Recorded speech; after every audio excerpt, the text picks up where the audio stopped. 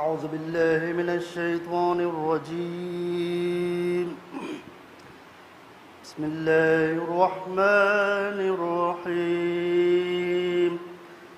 إن الله وملائكته يصلون على النبي يا أيها الذين آمنوا صلوا عليه وسلموا تسليما.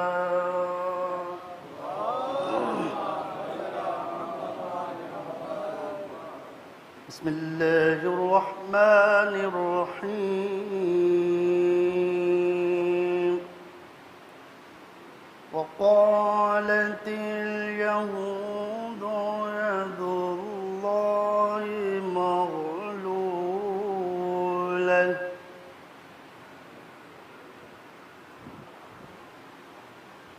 غلت أيديهم ولعنوا بما قالوا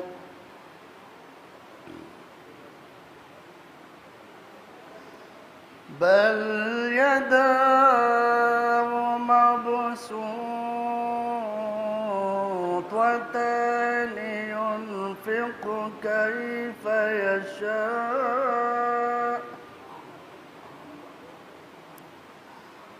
وليزيدن كثيرا منهم ما أنزل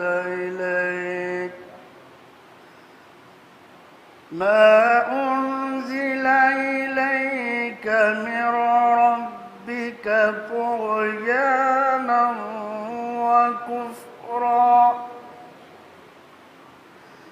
وألقينا بينهم العداوة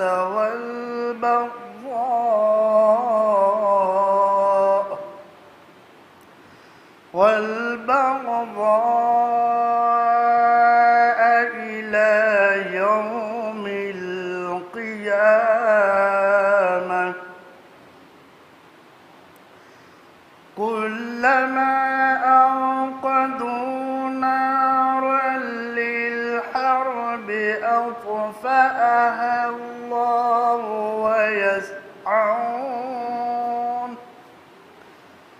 أطفأها الله ويسعون في الأرض فسادا والله لا يحب المفسدين.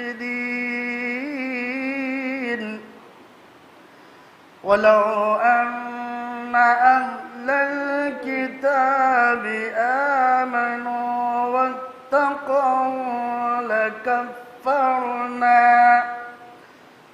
واتقوا لكفرنا عنهم سيئاتهم ولأدخلناهم جنات النعيم. ولو أنهم أقاموا التوراة والإنجيل وما أنزل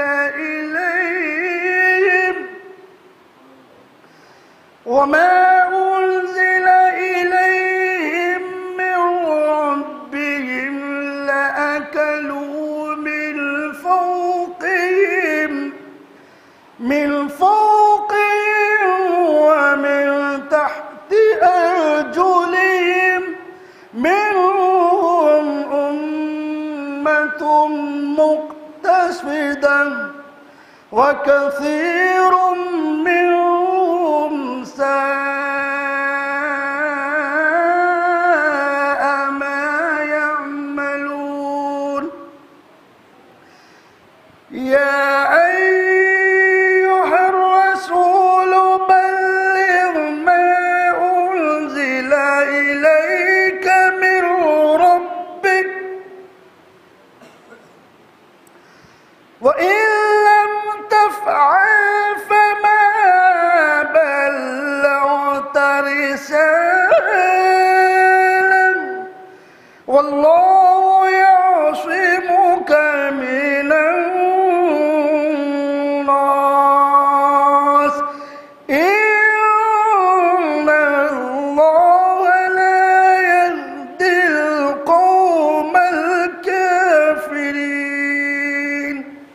صدق الله العلي العظيم وصدق رسوله النبي الكريم اللهم صل على محمد وآل محمد صلوات محمد.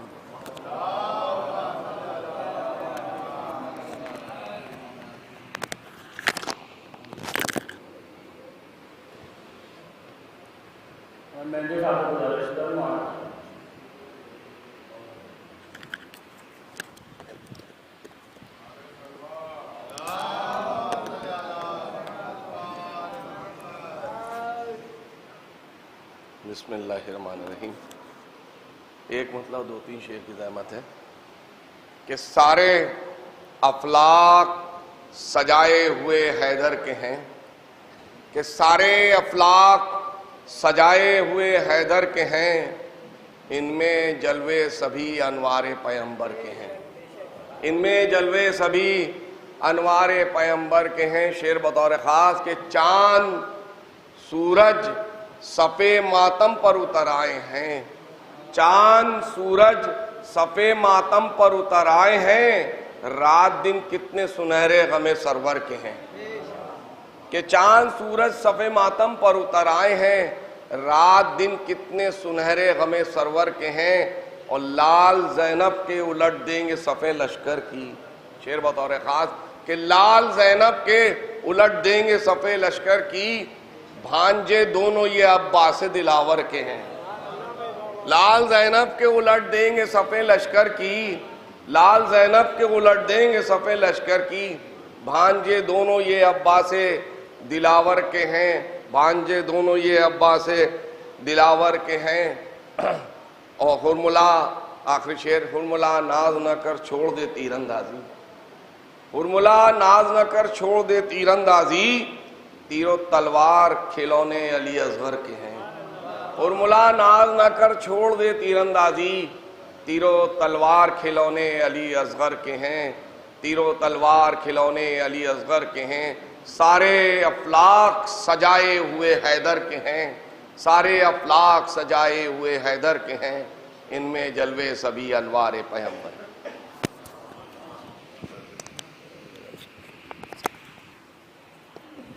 میں ناصر صاحب کو گزارش کروں گا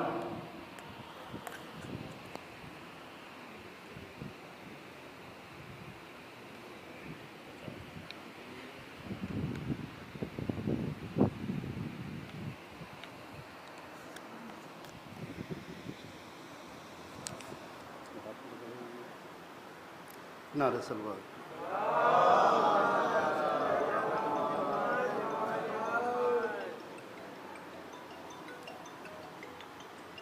ایک نعرہ سلوات.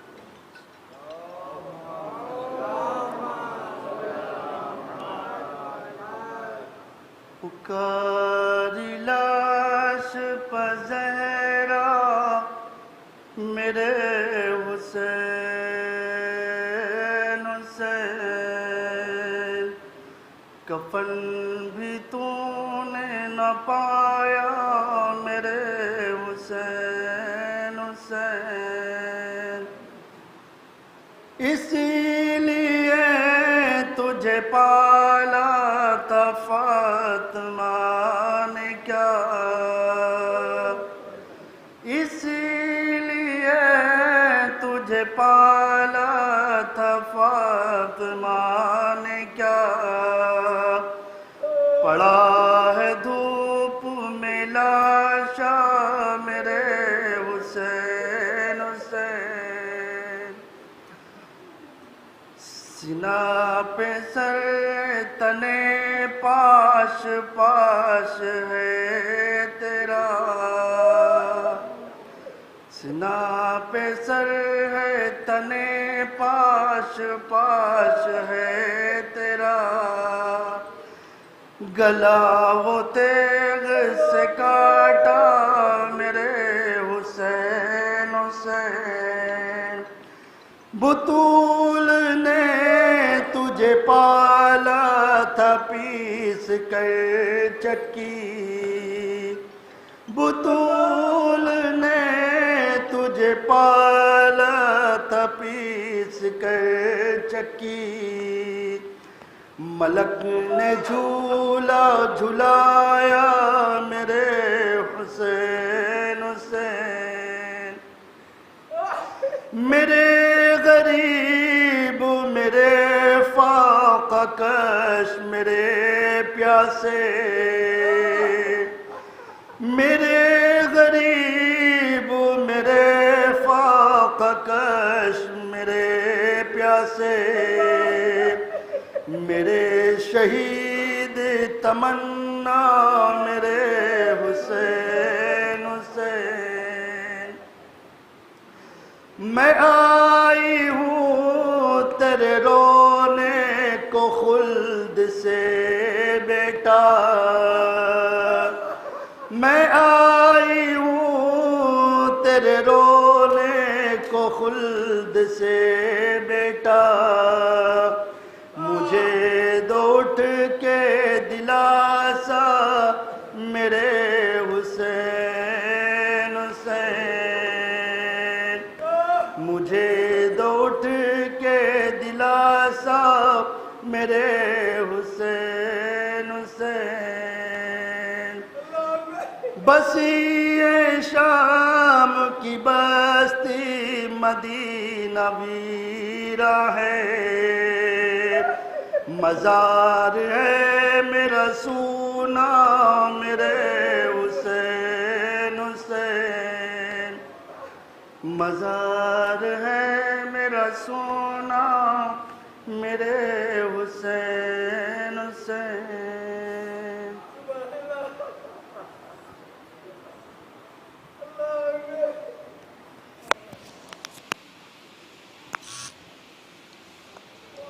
جناب اللہ تعالیٰ رسول صاحب سے گزارش کروں گا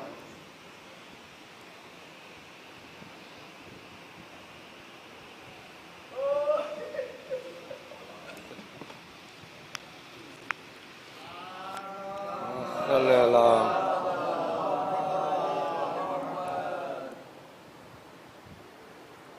ایک اور نعرے صلوات سارے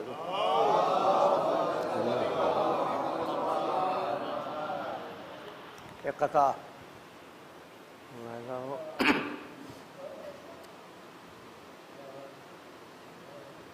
سجا لیا ہے علم جھولا تازیہ تابوت،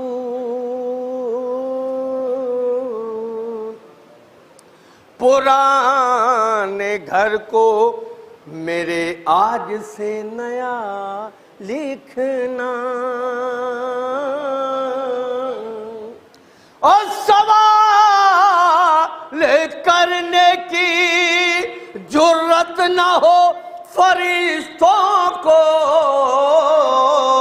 میرے کفن پا عزادار کربلا لکھنا،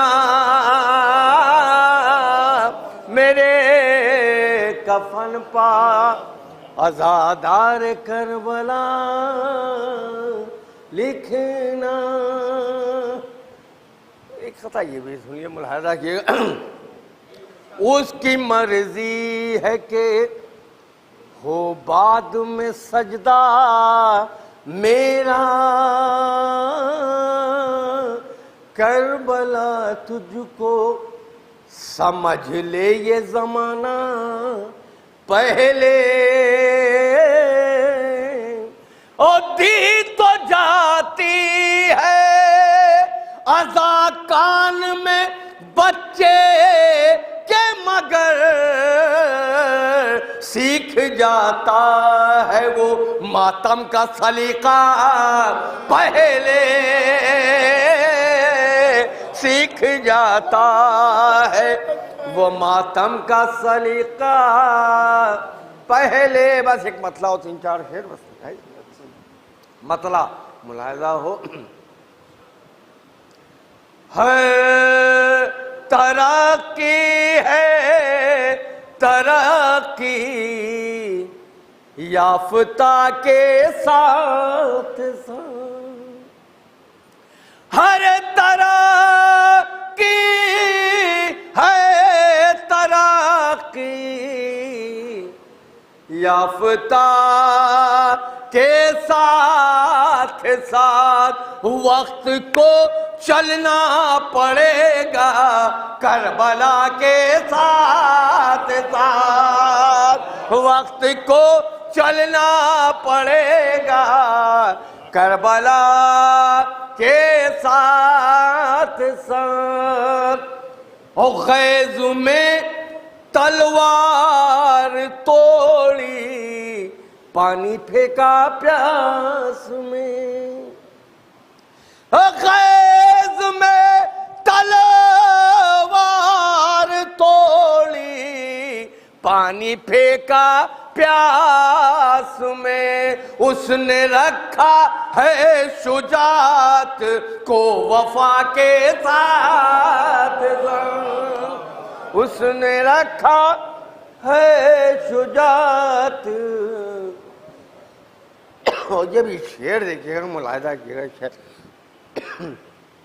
اور دور رکھتے ہیں دہن سے اس لیے رزق حرام، اور دور رکھتے ہیں دہن سے اس لیے رزق حرام، کربلا رہتی ہے پاکی غذا کے ساتھ ساتھ۔ یہ شعر بھی دیکھیے گا، کربلا میں دے دیا بے شیر نے زادے سفر۔ دیکھیے زادے سفر دیا کیا ہے، ملاحظہ کیے، کربلا میں دے دیا بے شیر نے زادے سفر، لعنتیں چلتی رہیں گی ارملا کے ساتھ ساتھ، لعنتیں چلتی رہیں گی۔ اور یہ آخری دو شعر، لیکن خاص توجہ دونوں شعروں کے لیے ملاحظہ کیے گا۔ زیر پرچم بے وفائی کا تصور ہی نہیں، زیر پرچم بے وفائی کا تصور ہی نہیں، لو نہیں چلتی کبھی ٹھنڈی ہوا کے ساتھ ساتھ، لو نہیں، اور اس لیے آخری شعر، اس لیے ایمان کے 10 درجے ملے سلمان کو، خاص توجہ آخری شعر، اس لیے ایمان کے 10 درجے ملے سلمان کو، 2 قدم یہ بھی چلے تھے مرتضیٰ کے ساتھ ساتھ، 2 قدم یہ بھی چلے تھے۔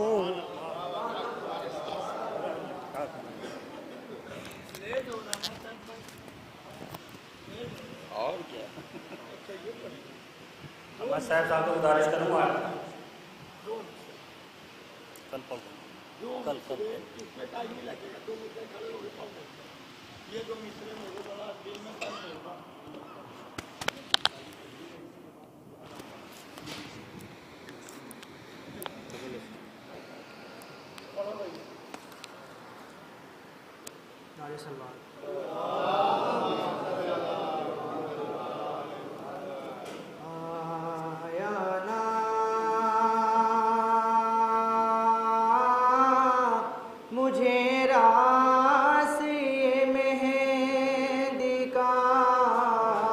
رچانا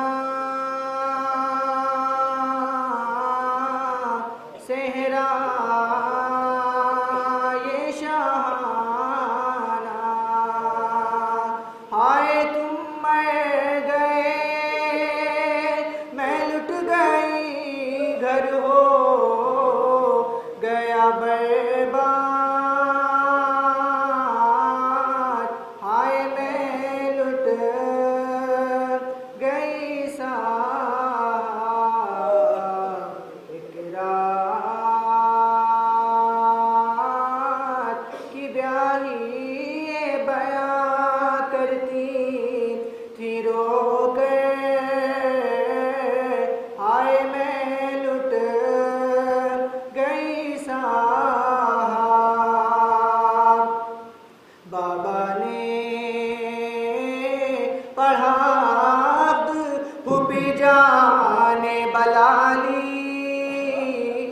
فریاد خدا کی ہائے شب بیاہ صبح رات ہوئی وائے مخدر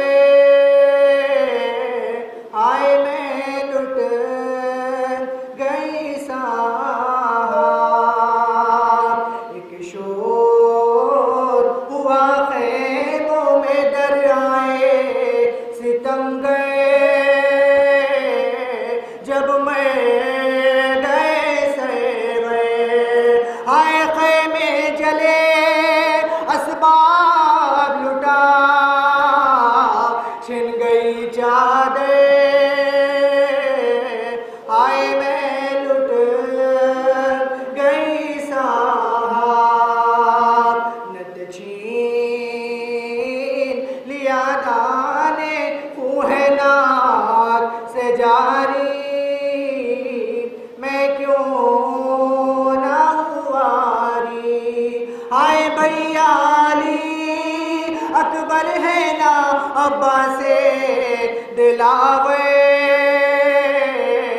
آئے میں لٹ گئی صاحب کنگنے کی جگہ ہاتھوں میں اب دوہری رسل ہے یہ رنجوں میں ہے آئے افشا کی جگہ خاک پڑی ہے میرے سر پہ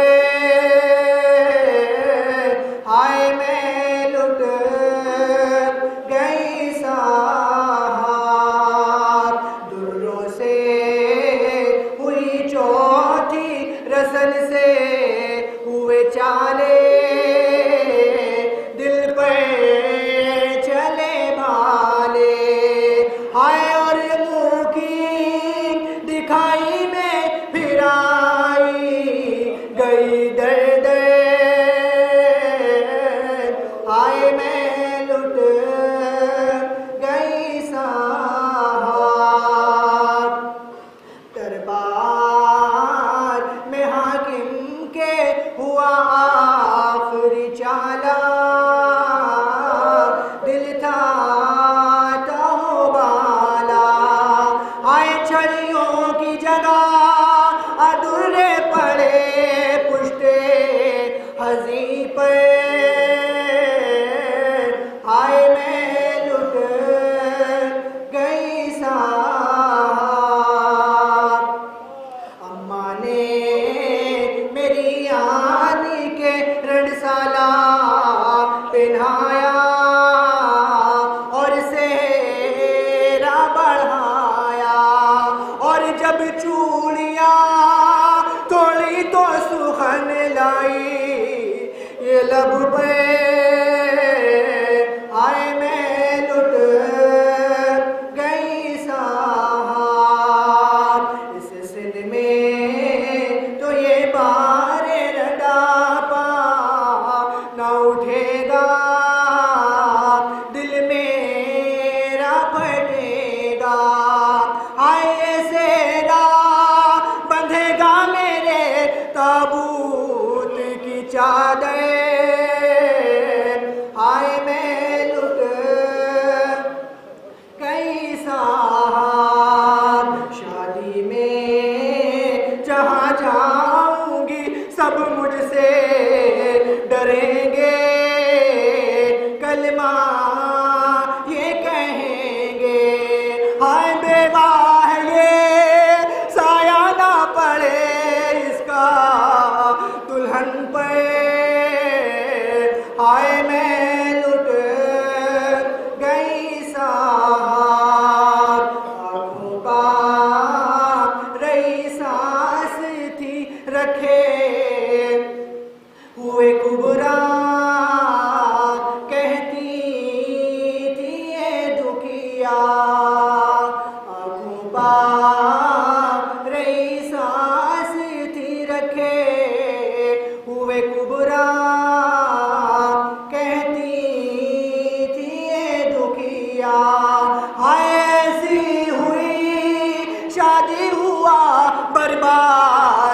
بھرا گئے ہائے ایسی ہوئی شادی ہوا برباد بھرا گئے ہائے میں لٹ گئی صاحب ایک رات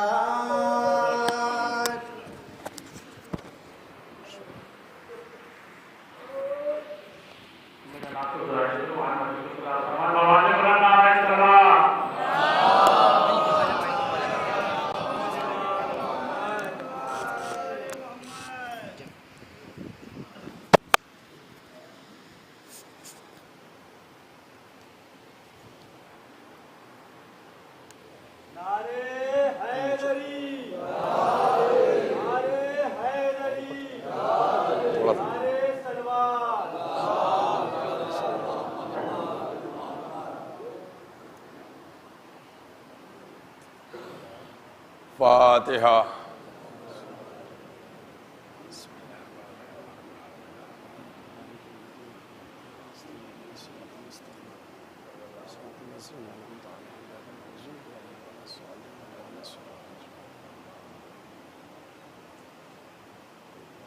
اعوذ باللہ من الشیطان اللعین الرجیم. بسم اللہ الرحمن الرحیم.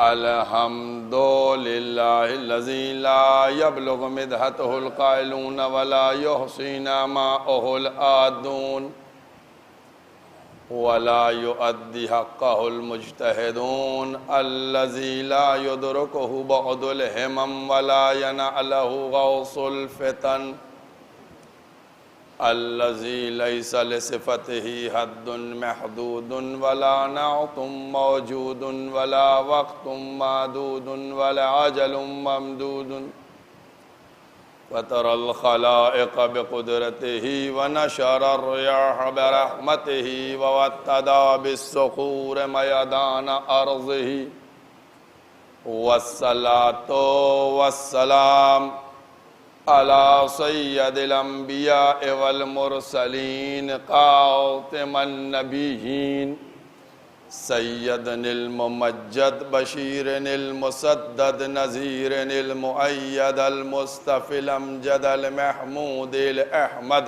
ابی القاسم محمد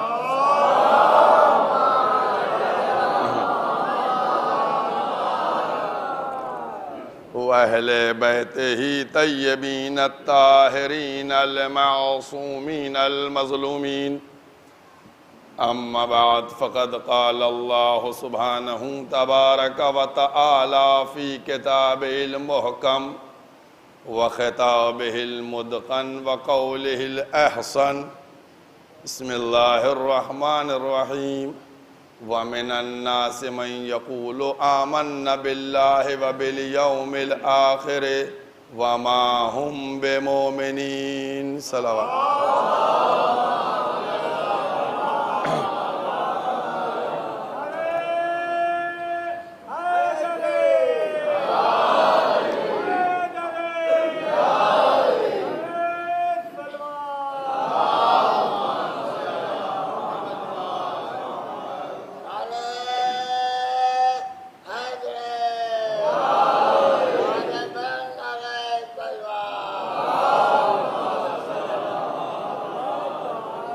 قرآن مجید کے یہ الفاظ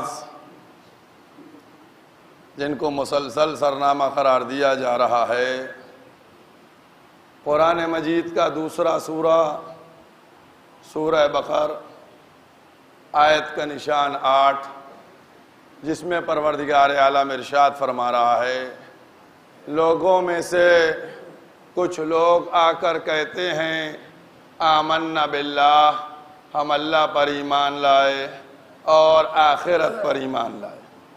خالق کائنات کہتا ہے وما ہم بمومنین، یہ مومن نہیں ہے، یعنی صاف اس میں کوئی کنفیوژن کی بات نہیں ہے۔ اللہ پر ایمان لانا اور اس کے بعد آخرت پر ایمان لانا، پروردگار کہہ رہا ہے یہ مومن نہیں ہے۔ غور کرنے کی بات ہے۔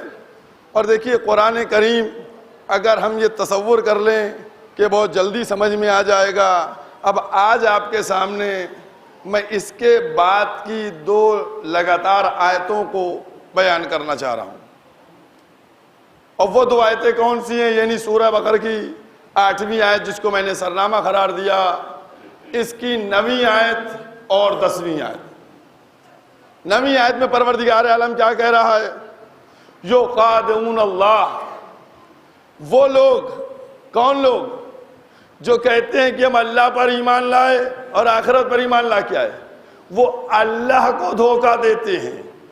والذین آمنوا، اور ان لوگوں کو دھوکہ دیتے ہیں کہ جو لوگ ایمان لے کر آئے ہیں.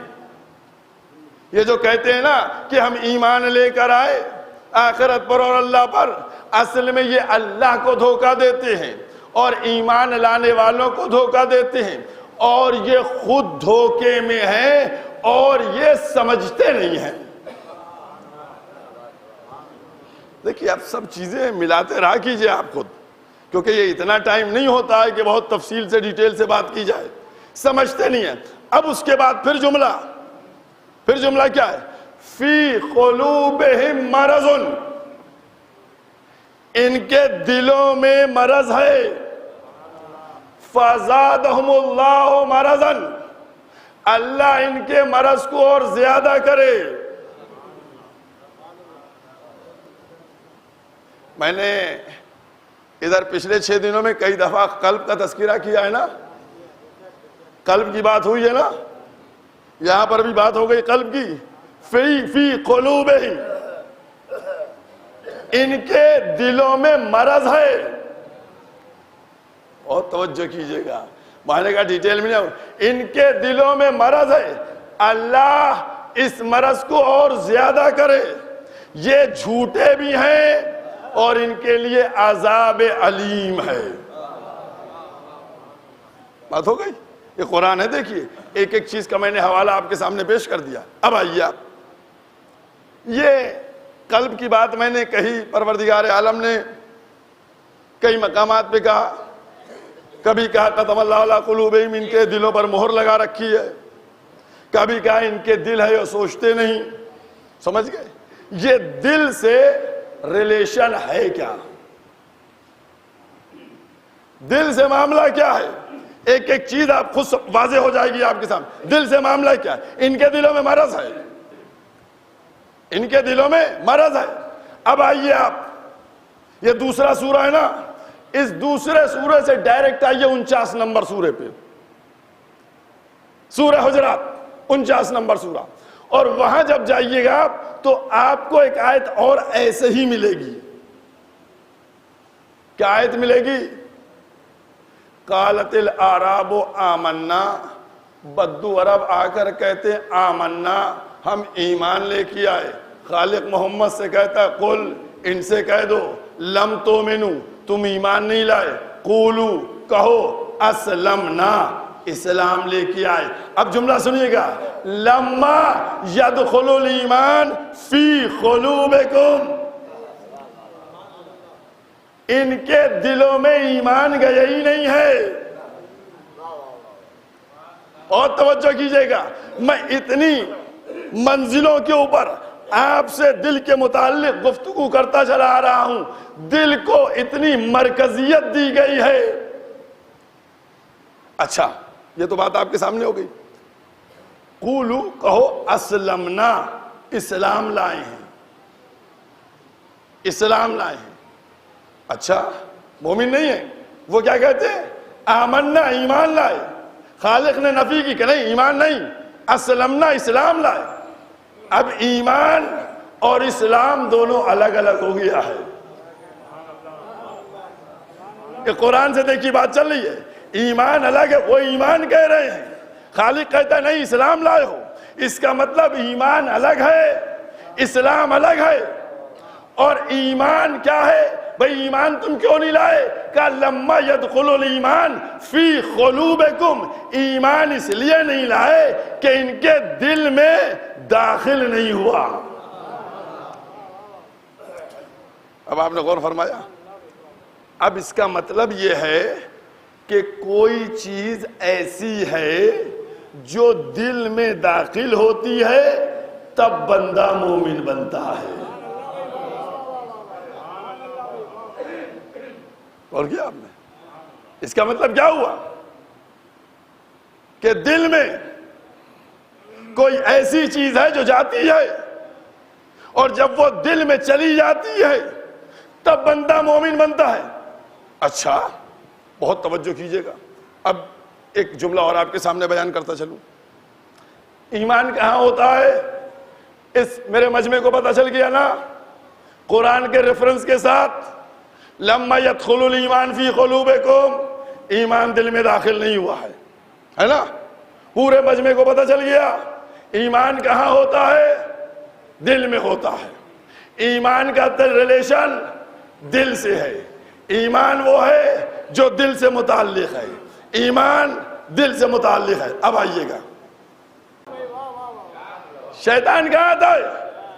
شیطان سینے میں آتا ہے. اور غور کیے گا شیطان سینے میں آتا ہے لیکن دل میں انٹری نہیں لے پاتا. سینے میں آتا ہے وسوسے پیدا کرتا ہے لیکن دل میں انٹری وہ شیطان نہیں لے پاتا ہے. بس یاد رکھیے کہ سینے میں دل بھی ہے اور دل میں ایمان ہے اور سینے میں شیطان ہے. اسی لیے خالق کہہ رہا ہے، بار بار کہہ رہا ہے کہ اپنے دل کو اچھا نہیں آیت سے پھر ثابت کروں. آیت سے ثابت یہ دل کا سے ریلیشن ہے کس چیز کا یہ بتائیے. قرآن کی آیت سے بات کروں. دل سے ریلیٹڈ کیا چیز ہے؟ نماز دل سے ریلیٹڈ ہے؟ بتائیے دل سے ریلیٹڈ ہے؟ نیت سے ریلیٹڈ ہے. روزہ دل سے ریلیٹڈ ہے؟ نیت سے ریلیٹڈ ہے. حج ایک ایک موقع کے اوپر نیت ہے. سمجھ گئے؟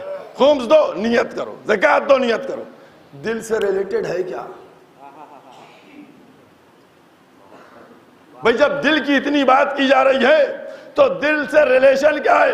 پورے قرآن کو دیکھ ڈالیے، ایک آیت کا فقرہ ملے گا جس کا ریلیشن نہ زبان سے ملے گا، نہ آنکھ سے ملے گا، نہ کان سے ملے گا، کہیں سے نہیں ملے گا، دل سے ریلیشن ملے گا. اور وہ آیت بھی میرے پورے مجمع کو معلوم ہے. وہ آیت کون سی ہے؟ قُلْ لَا أَسْأَلُكُمْ عَلَيْهِ أَجْرًا إِلَّا الْمَوَدَّةَ فِي الْقُرْبَى.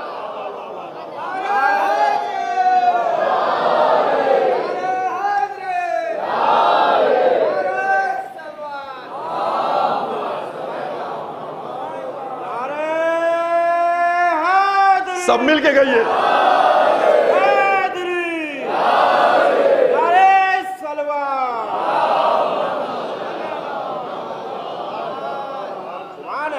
اور کیا آپ نے ایک آیت ہے مودت نیت سے نہیں ہوتی ہے، مودت آنکھوں سے نہیں ہوتی ہے، مودت کانوں سے نہیں ہوتی ہے، مودت دل سے ہوتی ہے.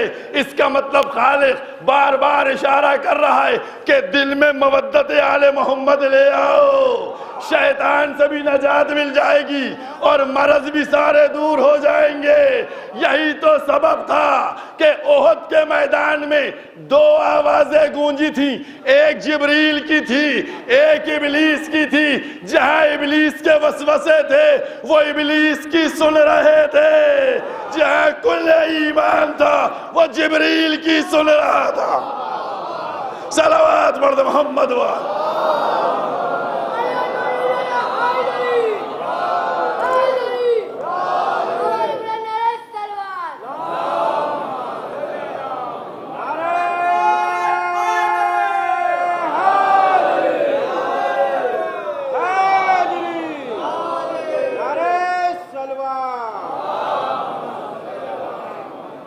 منزل ولایت ہے. آپ غور کیجئے گا، ولایت علی ابن ابی طالب کا اقرار کرو اور یاد رکھو احد کا میدان ہے، احد کا میدان ہے. جا رہے ہیں. میں نے کل ایک جملہ پڑھا تھا، رات میں مجلس ایک پڑھ رہا تھا، اس میں ایک جملہ کہا تھا، آ گیا تھا ذہن میں، پڑھ دیا. وہ آپ لوگوں کو بھی سنا دیتا ہوں. خندق کے میدان میں سمجھ گئے جب عمرو ابن عبدود آیا تو مولا نے اس سے کیا کہا تھا؟ اسلام کو قبول کر لو. دیکھیے سمجھ لیجئے گا، اسلام کو قبول کر لو، اس نے کہا ممکن نہیں ہے. کہا واپس چلے جاؤ. کہا جاؤ پلٹو. کہنے لگا اگر واپس گیا تو عورتیں تانا دیں گی، ہے نا؟ سن لیا آپ نے بڑی آسانی سے. ہم ہی سے سمجھیے گا سر، ہم ہی سمجھائیں آپ کو. بھئی عمر ابن عبدود دشمن اسلام ضرور تھا، لیکن اتنی غیرت تھی کہ اگر میدان سے میں ہٹ لیا تو یہ بے غیرتی کا کام ہے. اب دنیا سمجھے کون کون میدان سے گیا، کس کس نے عورتوں کے تانے سہے. صلوات پڑھتے محمد و آل محمد.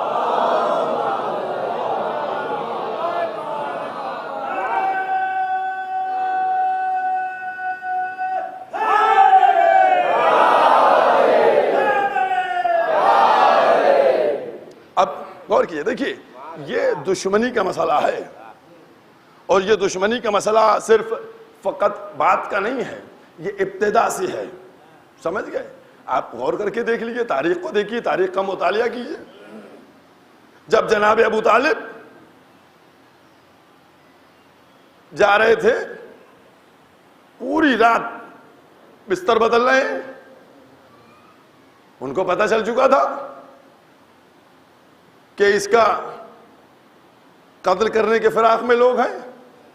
اور جناب ابو طالب رات میں بستر بدلتے تھے، کبھی علی کو رسول کے بستر پہ، کبھی جعفر کو رسول کے بستر پہ. بستر بدل بدل کے محمد کی جان کی حفاظت کر رہے تھے. اب میں مسلمانوں کے سروں پر قرآن رکھ کے قسم دلوا کے یہ پوچھنا چاہتا ہوں، مسلمانوں تم بتاؤ کون ایسا شخص ہے کہ جو اپنے بیٹے کو اپنے بھتیجے کی جگہ پر لٹا کے قربان کر دے؟ نبی کی حفاظت کر رہا ہے، محمد کی بھتیجے کی حفاظت کر رہا ہے. ہر ایک جواب دے گا آپ کو نہیں معلوم مولوی؟ میں نے کہا نہیں معلوم. بتاؤ تم بتاؤ کیا ہوا. کہا کہ آپ کو وہ واقعہ شاید نہیں معلوم ہے. میں نے کہا مجھے نہیں معلوم کہ یہ کیوں بھتیجے کو اٹھا لیتے تھے، بچاتے تھے اور اپنے بیٹوں کو لٹاتے تھے قربان ہو لے جا.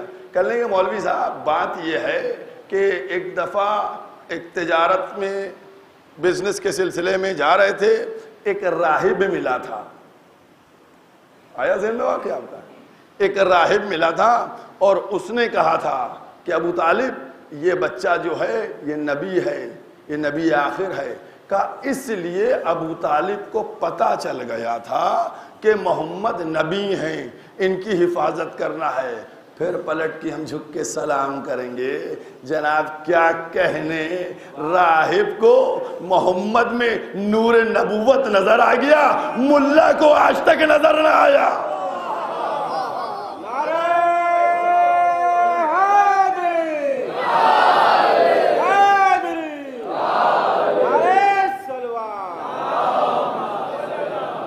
اب آئیے بہت جلدی جلدی ایک مرحلہ ہے. جناب رسالت ماں گھر کے اندر تشریف فرمائیں اور جناب حمزہ داخل ہوتے ہیں. کہتے ہیں محمد، کعبے کے قریب ابو جہل کھڑا ہوا تھا اور تمہاری شان میں نازیبا الفاظ کہہ رہا تھا. میرے پاس کوئی چیز نہیں تھی، کمان تھی صرف میرے پاس، میں نے کمان اس کے مار دی. پیغمبر مخاطب ہوئے اور مخاطب ہونے کے بعد کہنے لگے کہ حمزہ چچا ہیں؟ نہیں کہا حمزہ ہمیں آپ کی مدد نہیں چاہیے ہے، ہمیں آپ کی مدد نہیں چاہیے ہے، اور نہ آپ کو ہم چچا کہیں گے جب تک آپ اسلام قبول نہیں کر لیجئے گا. واقعہ موجود ہے، دیکھیے آپ. کہا جب آپ اسلام قبول کیجئے گا تب مدد بھی آپ سے لیں گے اور چچا بھی آپ کو کہیں گے. یہ ایک واقعہ. اب دوسرا واقعہ، پیغمبر اسلام کعبے میں نماز پڑھ رہے ہیں اور اس کے بعد ابو جہل آتا ہے اور جانور کے کٹی ہوئی اندر کی گندگی پیغمبر کے اوپر رکھ دیتا ہے. پیغمبر وہاں سے آتے ہیں, داخل ہوتے ہیں گھر میں, ابو طالب کے پاس جاتے ہیں, کہا اے چچا میری مدد نہیں کیجیے گا. نہیں سمجھ میں آئی بات. حمزہ سے کیا کہا, نہ مدد لوں گا اور نہ چچا کہوں گا. ابو طالب سے کیا کہا, مدد کیجئے چچا. یعنی یہاں مدد بھی مانگ رہے ہیں اور چچا بھی کہہ رہے ہیں. اس کا مطلب ابو طالب کا ایمان اس منزل کے اوپر تھا جہاں معصوم مدد مانگ رہا تھا.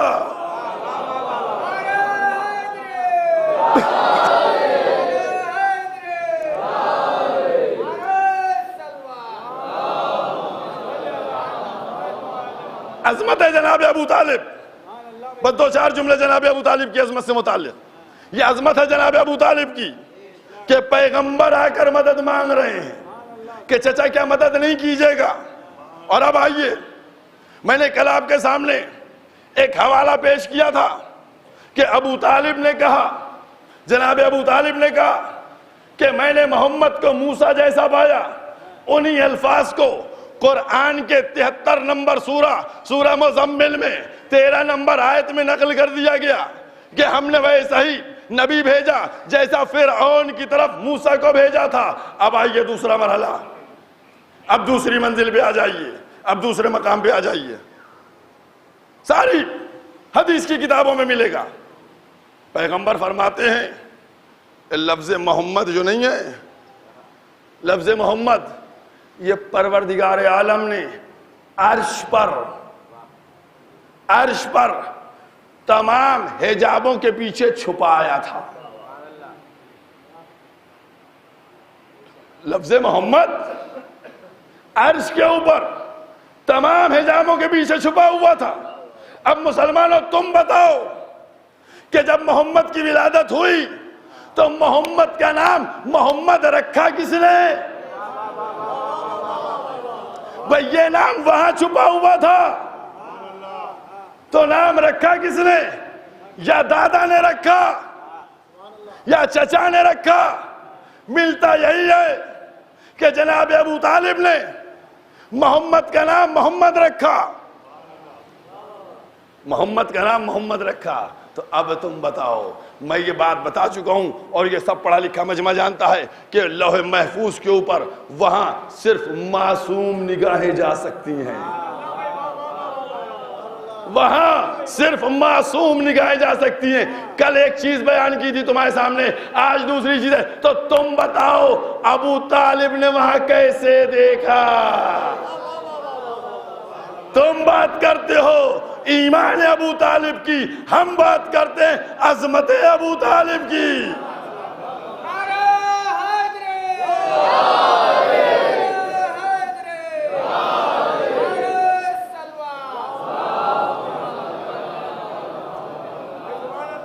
ایک جملہ آپ سے کہہ رہا ہوں, اگر سمجھ لیجئے گا تو سمجھ لیجئے گا.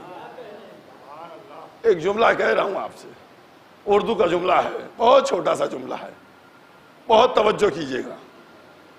ہر ایک کی یہی ضد, ابو طالب مومن نہیں تھے, ابو طالب مومن نہیں, اسلام نہیں قبول کیا, ہم نے دیکھا نہیں. آپ غور تو کیجئے, مذاق بنایا اسلام کو. کس کس طریقے سے حدیثیں گڑی گئیں. کیا کہہ رہے ہیں؟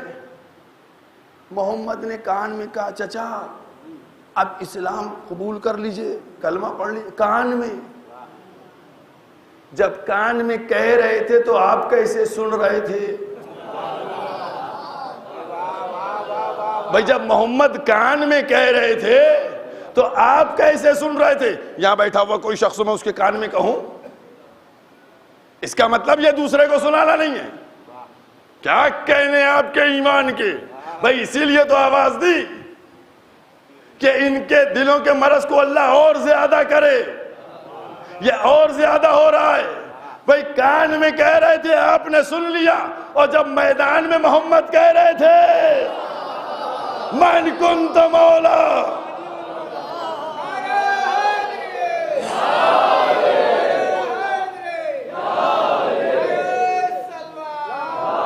وہ جملہ بھی میں نے نہیں کہا جو اردو میں کہنے جا رہا تھا. جناب ابو طالب کی ایمان کو اسلام کی بڑی فکر ہے کہ مسلمان نہیں تھے اور یہ کلمہ نہیں پڑھا وہ کلمہ. میں ایک چھوٹا سا جملہ کہنے جا رہا ہوں عزیزو, سمجھ لینا, اردو کا ہے. ابو طالب کے لیے اتنا کافی ہے کہ وہ کل ایمان کے باپ ہیں.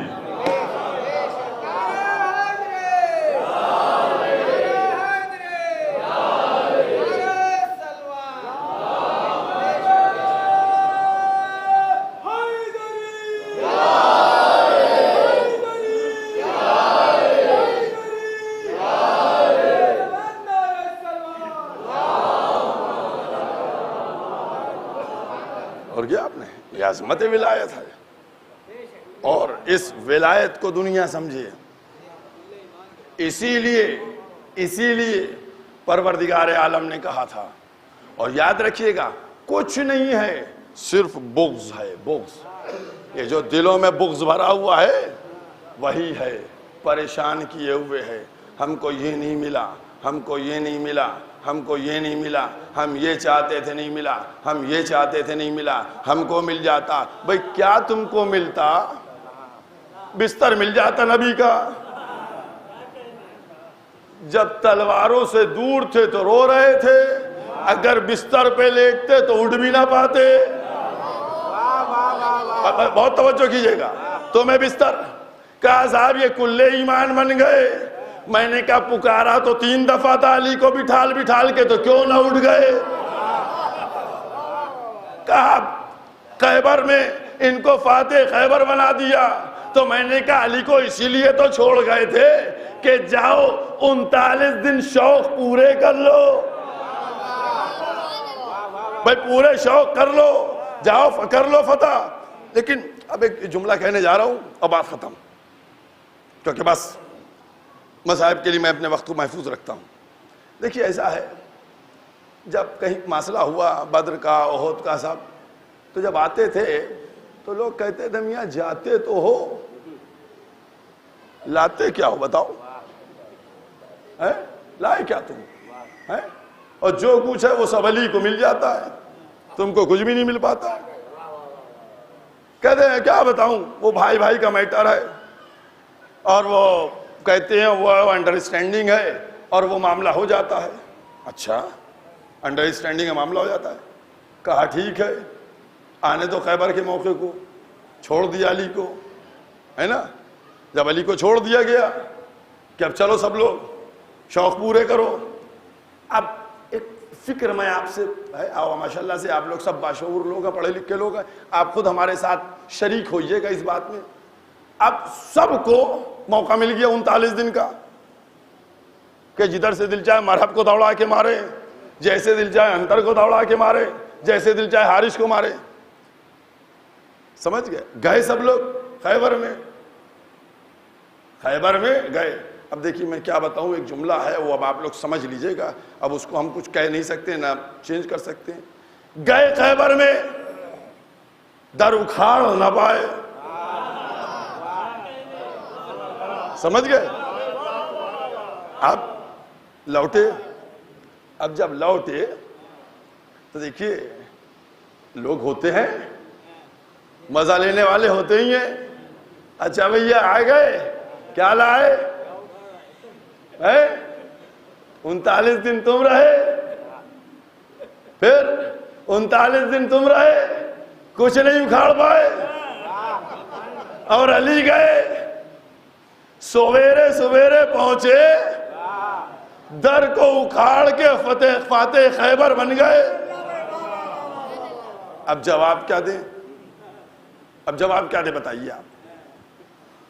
یہاں تو پورا معاملہ تھا نا, جواب کیا دیں آپ بتائیے, کیا جواب ہونا چاہیے وہ میں آپ کو بتا دیتا ہوں. دیکھیے ایسا ہے کہ جب انسان, مثلا ایک صاحب تھے, ان کا بچہ جو ہے کسی کمپٹیشن میں سلیکٹ ہو گیا, اور توجہ کیجئے گا, دیکھیے بس 2 جملوں کی مثال دے رہا ہوں. بچہ ان کا کسی کمپٹیشن میں سلیکٹ ہو گیا, آپ گئے, مبارکباد دی کہ ماشاءاللہ سے آپ کا بیٹا سلیکٹ. اجی کیا بتاؤں, بڑی محنت کی تھی اور پوری رات جاگتا تھا اور اس نے تو کھانا پینا ترک کر دیا تھا, اس کو تو خوشی دین دنیا کا خیال ہی نہیں تھا, بس دن بھر کتابوں میں لگا رہتا تھا اور بڑی محنت کر کے اور ماشاءاللہ سے وہ سلیکٹ ہو گیا, ہے نا. کتنی محنت, جو الفاظ ہو سب کہہ ڈالے. کہا نہیں, کہیے گا نہیں کہیے گا, ہر آدمی یہی کہے گا. اچھا, ایک صاحب کا بچہ سلیکٹ نہیں ہوا, وہ کیا کہیں گے یہ بتائیے مجھے آپ. کیا آپ وہ یہ کہیں گے کہ میرا بچہ بڑا نالائق تھا, میرا بچہ پڑھتا نہیں تھا, میرا بچہ رات بھر سوتا تھا, میرا بچہ جو ہے اس کو کتابوں سے کوئی ربط نہیں, دلچسپی نہیں, یہ کہیں گے؟ نہیں. کیا کہیں گے سنیے اب آپ, ابھی تو ہوں آپ ہی کے درمیان کا, کیا کہیں گے؟ کیا بتائیں, محنت تو کی مقدر میں نہیں تھا. بھائی صحیح جملہ میں نے کہا نہیں کہا ہے, یہی تو جملے ہوں گے نا عمومی طور سے.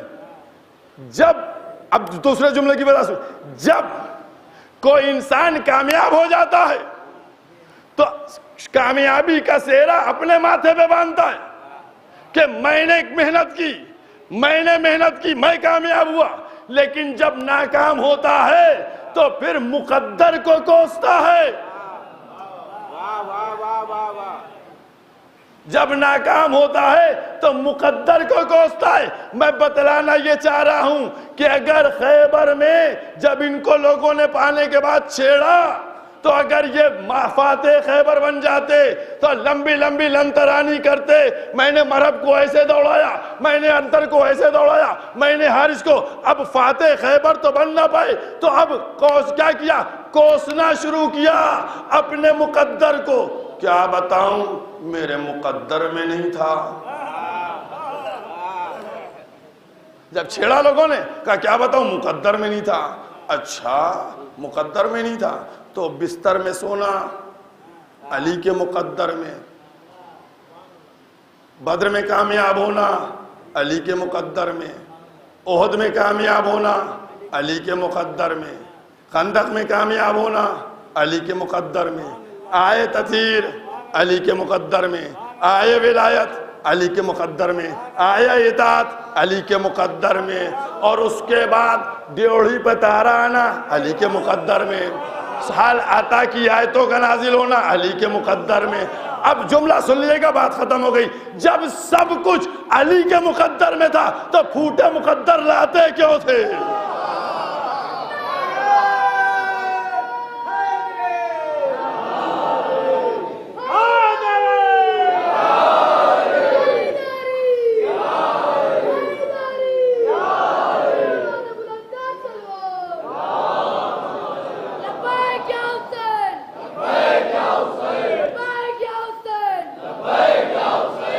بس کیونکہ اب اتنا وقت نہیں ہے. اور ایک بات آپ حضرات سے کہنا چاہتا ہوں, وہ کہہ دوں کہ دیکھیے یہ امام باڑہ جو جناب غفراماب علیہ الرحمہ کے پوتے کا, سگے پوتے کا یہ امام باڑہ ہے. اور یہاں سب سے قدیم اشرا یہی ہوتا تھا. باقی اس علاقے کی حالت آپ جانتے ہیں کیا ہے. یہ اللہ کا شکر ہے کہ اب ماشاءاللہ سے اتنی پبلک آتی ہے, یہ سب پورا بھرا رہتا ہے, سب گلیاں سب ادھر بھرا رہتا ہے. کچھ لوگ یہاں سبیل کا انتظام کرتے ہیں اور سبیل ہوتی ہے, اس کی وجہ سے کچھ لوگوں کو زحمت ہوتی ہے. میں معذرتی کر سکتا ہوں اور ان کو بھی نہیں روک سکتا ہوں کہ جو اس راہ میں بانٹنا چاہتے ہیں. اگر کسی کو جلدی ہے تو ایک یہ دروازہ ہے جو بڑی گیٹ پہ نکلتا ہے, اور ادھر ایک دروازہ میں نے چھوڑوا دیا ہے کہ جس میں اگر جلدی کسی کو جانا ہے تو وہ نکل سکتا ہے, جو تحسین کی مسجد کے پاس نکلے گا. اس کے علاوہ جدھر سے جانا چاہیں آپ لوگ چلے جائیں. بہرحال کیونکہ شہزادی کے لال کے غم میں اگر کوئی کچھ کرے تو ہماری حیثیت نہیں ہے کہ میں اس کو روکوں, کیونکہ زہرا کے لال ہر ایک یہ چاہتا ہے کہ کچھ نہ کچھ ہم کریں. آپ نے دیکھا ہوگا کوئی 12 بوتلیں پانی کی لے کے بانٹ دیتا ہے حیثیت والا, کوئی کچھ حصہ لے کے بانٹ دیتا ہے. عزاداران امام علوم, یہ یاد رکھو نیت تمہاری رہے گی، جزا بی بی کی عطا ہوگی۔ بس عزاداران امام مظلوم، آج 7 محرم ہے۔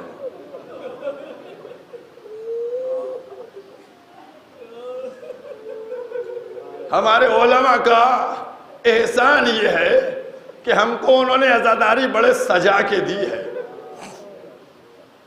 عزادار آج کی 2 خصوصیتیں،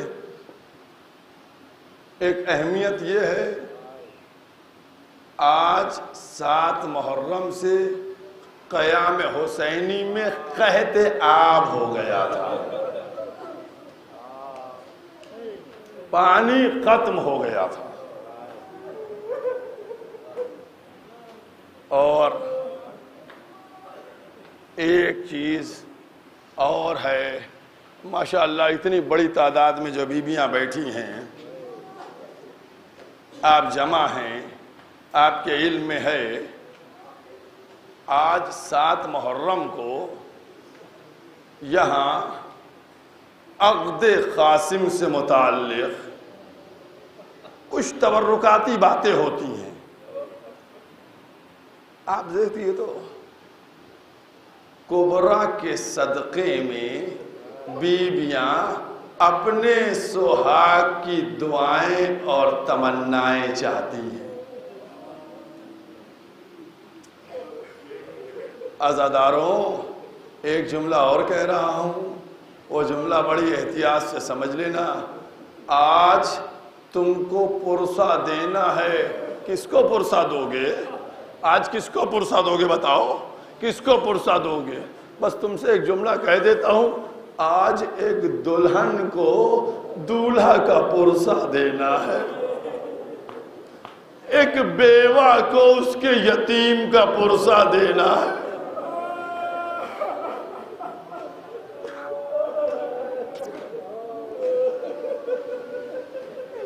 عزاداران امام مظلوم، کیا عالم ہے!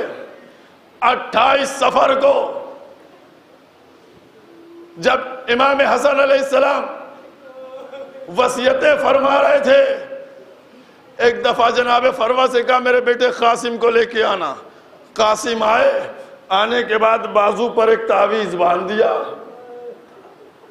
بیٹا کتنا چھوٹا تھا بچہ، 50 ہجری میں جناب امام حسن کی رحلت ہوئی، شہادت ہوئی۔ کئے برس کے تھے؟ 2 سال 3 سال۔ ماں کو بتایا، دیکھو جب بچہ بڑا ہوئے بتاتی رہنا، جب مصیبت پڑے تو تعویذ کھول لینا، جب مصیبت پڑے تو تعویذ کھول لینا، جب مصیبت پڑے تعویذ کھول لینا۔ ماں نے بچے کے ذہن میں بٹھا دیا تھا کہ دیکھو جب کوئی مصیبت سخت ہو تو تعویذ کھول لینا، جب سخت مصیبت پڑے۔ عزادار، اب شب عاشور امام حسین نے امتحان کے بعد پڑھنا شروع کیا کہ یہ بھی شہید ہوگا، یہ بھی شہید ہوں گے، یہ بھی شہید ہوں گے۔ اس میں قاسم کا نام نہیں ملا۔ جب قاسم کا نام نہیں ہوا، ایک دفعہ کمسن قاسم کھڑے ہوئے، کہا چچا کل میں شہید نہیں ہوں گا۔ کہا بیٹا تمہاری نگاہ میں موت کا مزہ کیسے ہے؟ دنیا کے بڑے بڑے سائنٹسٹ کوئی موت کا مزہ بتلا نہیں سکتا تھا اگر شہزادے قاسم نہ بتلاتے۔ شہزادے قاسم نے کہا بابا چچا اگر حق پر موت آئے تو شہد سے زیادہ شیریں ہے۔ جیسے یہ جملہ سنا امام نے فرمایا بیٹا قاسم کل تم بھی شہید ہوگے، تمہارا بھائی اصغر جیسے ہی اپنی شہادت سنی خوش ہو گئے، اصغر کی شہادت سنی بے قرار ہو گئے، کیا اشقیاء خیموں میں آ جائیں گے؟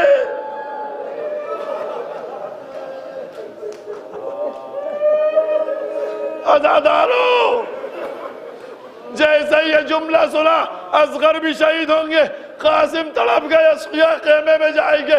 حسین نے سمجھایا نہیں بیٹا یہ خیموں میں نہیں جائیں گے، میں اپنے ہاتھوں پر لے کر آؤں گا، میں کہوں گا اے قاسم تم کو بڑی فکر تھی، ذرا بعد عصر عاشور آؤ۔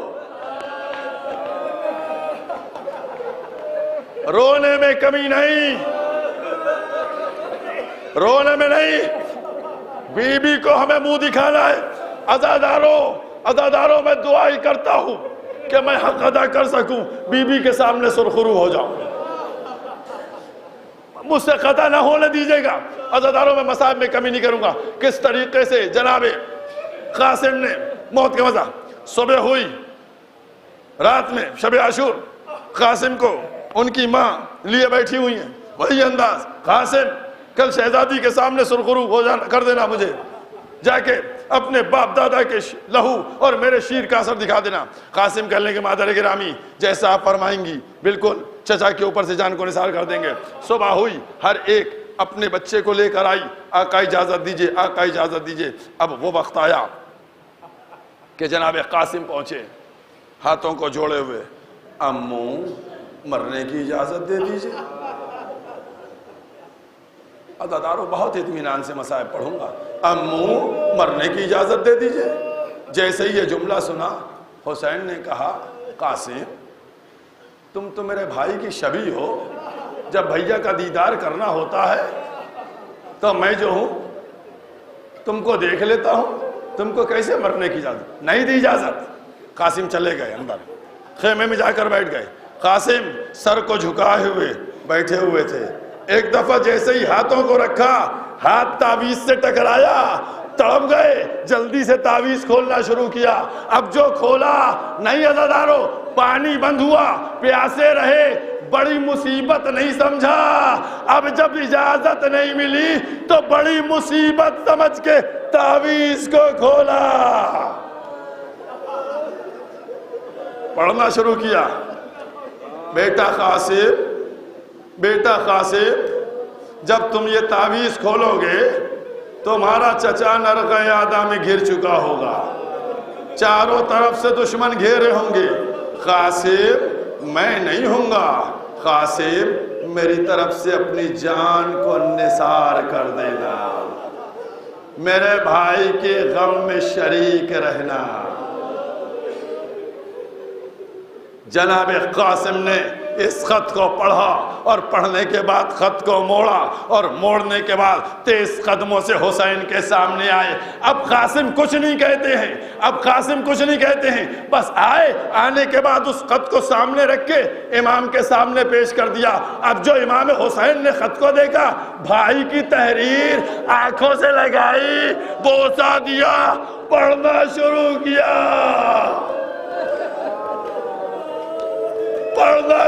کیا، عزاداروں میں نے پڑھے لیکن یہ نہیں پڑھا تھا کہ اکبر کو گلے لگائے، لیکن جب قاسم کو دیکھا سینے سے لگایا، رونا شروع کیا۔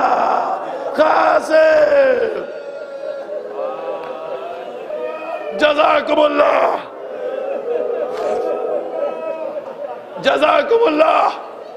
جزاکم اللہ۔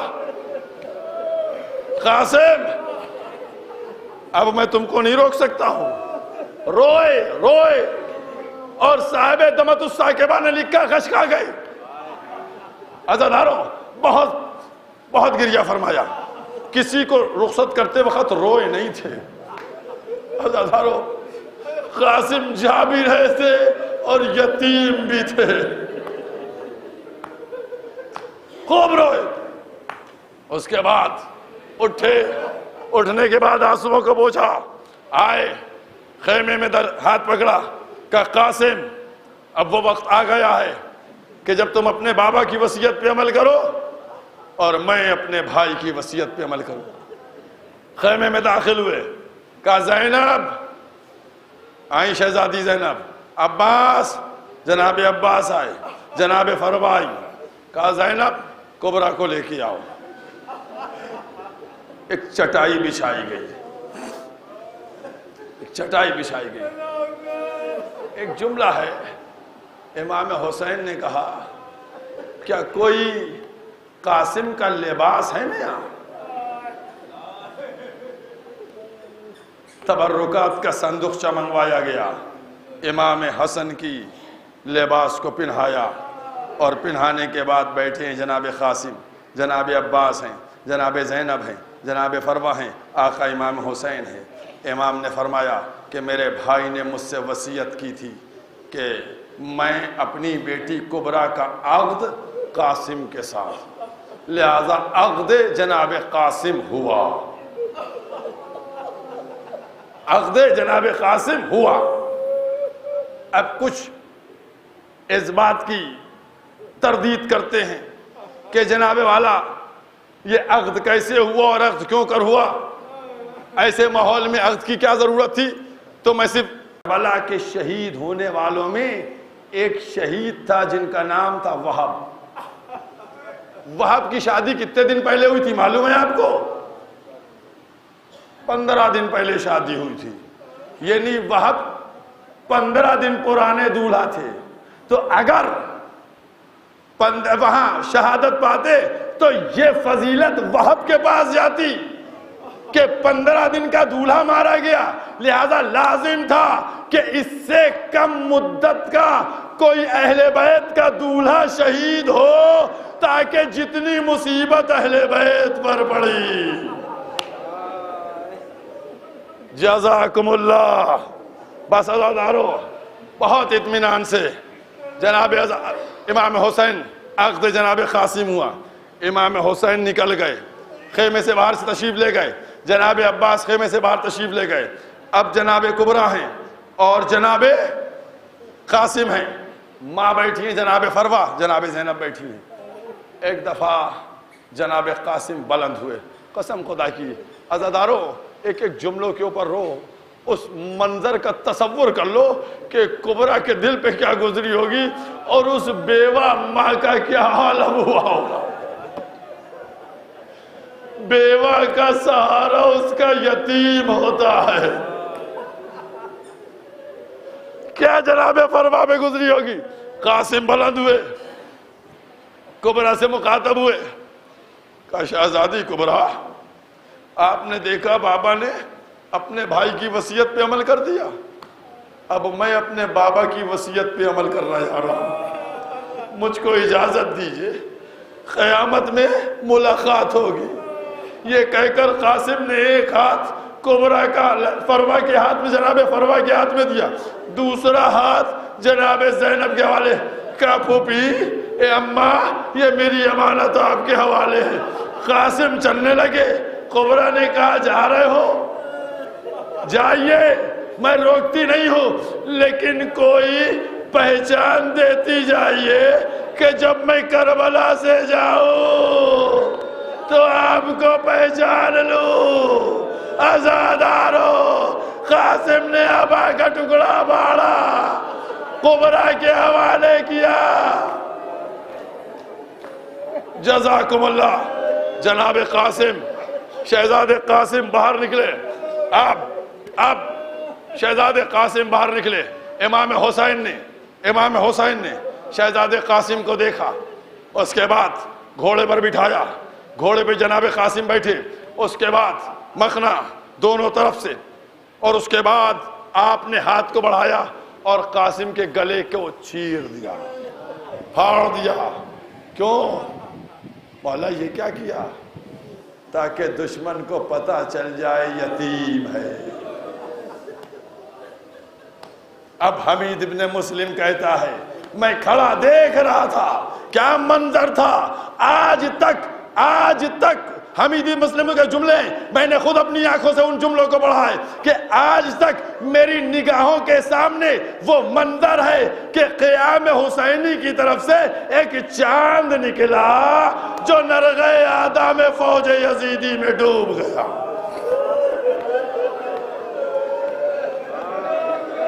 جناب قاسم جنگ کر رہے ہیں، اللہ اکبر، ایک بلندی پر جناب عباس کھڑے ہیں، ایک بلندی کے اوپر جناب امام حسین کھڑے ہیں، دونوں بھتیجے کی جنگ کو دیکھ رہے ہیں، عباس اپنے شاگرد کی جنگ کو دیکھ رہے ہیں۔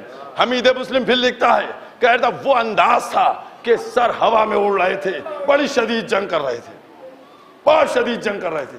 جناب قاسم، جناب عباس نے آواز دی، مرحبا مرحبا قاسم، شابش بیٹے قاسم، شابش بیٹے قاسم۔ دشمن سہما ہوا تھا، کوئی آنے کے لیے تیار نہیں تھا، میدان خالی پڑا ہوا تھا۔ جناب عباس نے آواز دی، کہا پسر سعد اگر تیرے پاس کوئی جوان نہیں ہے تو ہی میدان میں آ جا، بچے کے ہاتھ 2 زخم لے لے۔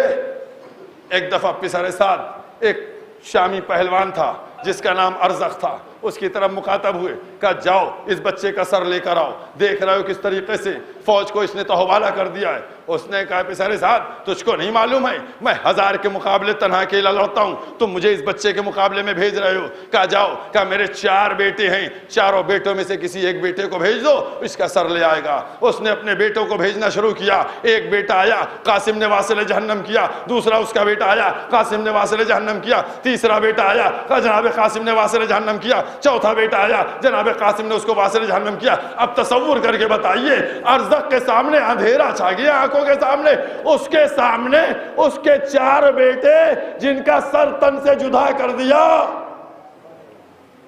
ایک ہاتھ میں تلوار لیے دوسرے ہاتھ میں بھالا لیے جناب قاسم پر حملہ آور ہوا، لیکن علی کا پوتا عباس کا شاگرد قاسم نے ارزق کو بھی واصل جہنم پہنچا دیا۔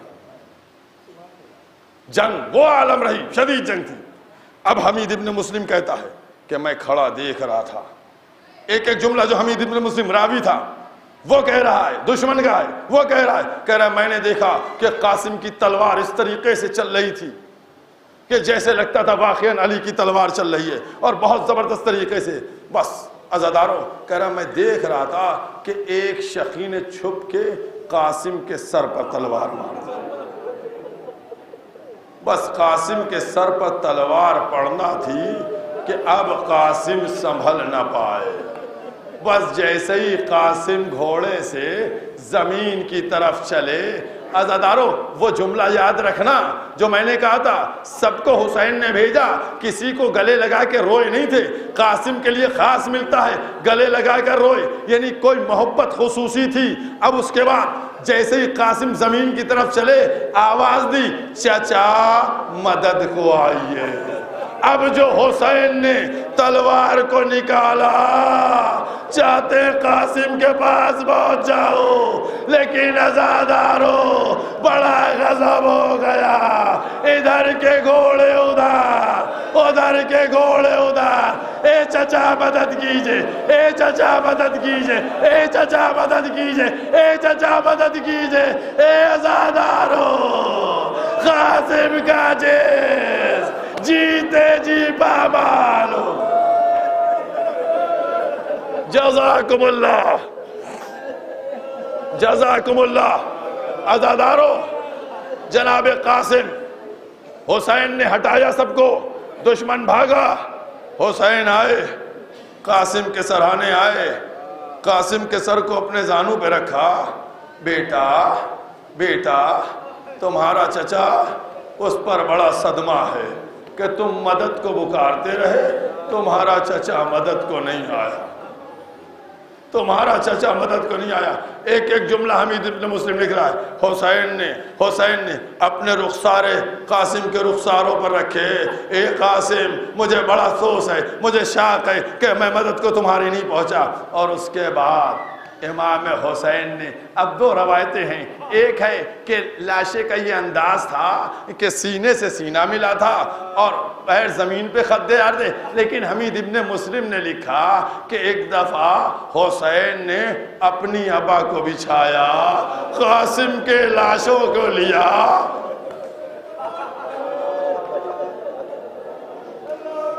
عزاداروں مجلس ختم ہو گئی۔ ابھی تمہارے سامنے کل دیکھو، کل بھی ایک تابوت آیا تھا نا جناب علی اکبر کا، اس سے پہلے جناب مولانا محمد کے تابوت آئے، سب تم نے کالے دیکھے تھے نا، کالے تابوت تھے نا۔ آج بھی تابوت آئے گا، آج کالا نہیں ہوگا، آج اس پہ ہرا یا لال کوئی دوپٹہ ڈال کے لایا جائے گا۔ کیوں؟ تاکہ پتہ چلے یہ دولہا کا تابوت ہے، یہ دولہا کا تابوت ہے۔ اے عزاداروں، حسین نے لاش قاسم کو اٹھایا، خیمے کی طرف چلے۔ جزاکم اللہ۔ ابھی مجلس چل رہی، ابھی ختم نہیں ہے، ابھی 2 دقیقے مصائب پڑھوں گا. مجھے یتیم کے مصائب پڑھنا ہے, مجھے بیوہ کے سامنے شرمندہ نہیں ہونا ہے. آئے عزادارو, سچ بتاؤ, حسین قاسم کے لاشے کو لے کر خیمے میں کیسے گئے ہوں گے؟ ابھی تو نکاح پڑا تھا نا, ابھی تو نکاح ہوا تھا نا. کیا حسین نے یہ نہ سوچا ہوگا؟ کبرا پوچھیں گی بابا ابھی آپ نے میرا نکاح کیا تھا, اب دولہا کا لاشا. جزاکم اللہ. اے عزادارو, حسین لاشے کو لے کر پہنچے, بی بی فروا کے پاس آئی, ساری بیویاں جمع ہوئی. اے فروا, بہت اطمینان سے 2-4 جملے ہیں. اے فروا, اپنے یتیم کا پرسہ لو. اے فروا, اپنے یتیم کا بھائی, جب جس کا لاشا جاتا نا اس کی ماں کو بیویاں گھیر لیتی تھی اور پرسہ دیتی تھی. ایسے ہی جناب فروا کو بھی گھیرا ہوگا. فروا, پرسہ لو قاسم کا. فروا, پرسہ لو قاسم کا. میرا دل کہتا ہے کہ جب ساری بیویوں نے جناب فروا کو گھیر کے پرسہ دیا ہوگا, جناب فروا نے کہا ہوگا بیویوں ہم کو پرسہ نہ دو, آؤ ہم سب مل کے اس بیوہ کو پرسہ دے جس کا بھی نکاح ہوا ہے کبرا کے پاس. اے کبرا, دولہا کا پرسہ لو. مجلس ختم ہو گئی, مجلس ختم ہو گئی. ایک جملہ جو پڑھتا ہوں صرف اس لیے تاکہ آنسوؤں میں اضافہ ہو جائے. ہر سال ایک جملہ پڑھتا ہوں تاکہ آنسوؤں میں اضافہ ہو جائے, اس کے لیے. عزاداران معلوم, وہ جناب سیدہ کی کہانی کا منظر یاد ہے نا؟ جب دلہن مر گئی تھی, سنتے نہیں سنتے, دلہن مر گئی تھی نا, تو جناب سیدہ نے 4 نماز بچھائی, 2 رکعت نماز پڑھی, دلہن اٹھ گئی, ہے نا؟ یہ منظر سب نے سنا. اب میرا دل یہ کہتا ہے کہ جیسے ہی قاسم کا لاشا پہنچا ہوگا, سغرا نے مدینے کا رخ کیا ہوگا, اے دادی کربلا آ جائیے, آج ایک دولہا مر گیا, دولہا کو زندہ کر دیجئے. واہ قاسمہ, ہائے قاسم, ہائے کبرا, ہائے